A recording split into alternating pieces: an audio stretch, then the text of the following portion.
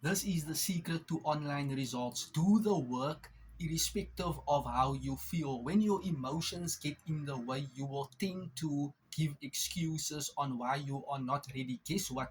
You will never feel or be ready to do the work. You always have to do something each and every single day, or else you will procrastinate or overthink a lot. Believe me, when it came to live webinars for many, many months or even many, many years, I put off live webinars. Why? I was overthinking, procrastinating a lot, and having certain fear of not staying consistently and continuing or pursuing live webinars. You have to do the work irrespective of how you feel.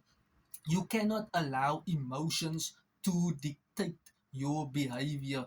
When you allow emotions to dictate your behavior, this will allow you to have inaction. And remember, the more inaction you are deciding on, the longer you are prolonging your process. This is a huge mistake.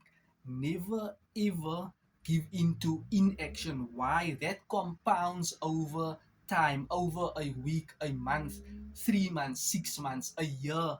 Your action cannot be found. Your behaviors in certain business work that is very important cannot be found. Why?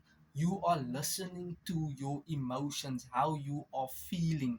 Maybe you are feeling sad, lonely, confused, depressed, miserable. Irrespective of how you are feeling and what's going on in your life, you have to do the work, or else you will pay the consequences of. Remember, regret weighs ounces, regret weighs tons. You have to take action so that you will eliminate explaining to people or coming up with excuses on why your plan A never accumulated into greater results. So hide your emotions in a little corner in your mind and do not let it loose. The moment you let it loose, it causes haywire and chaos and friction in what you are trying to do and pursue online. Remember this.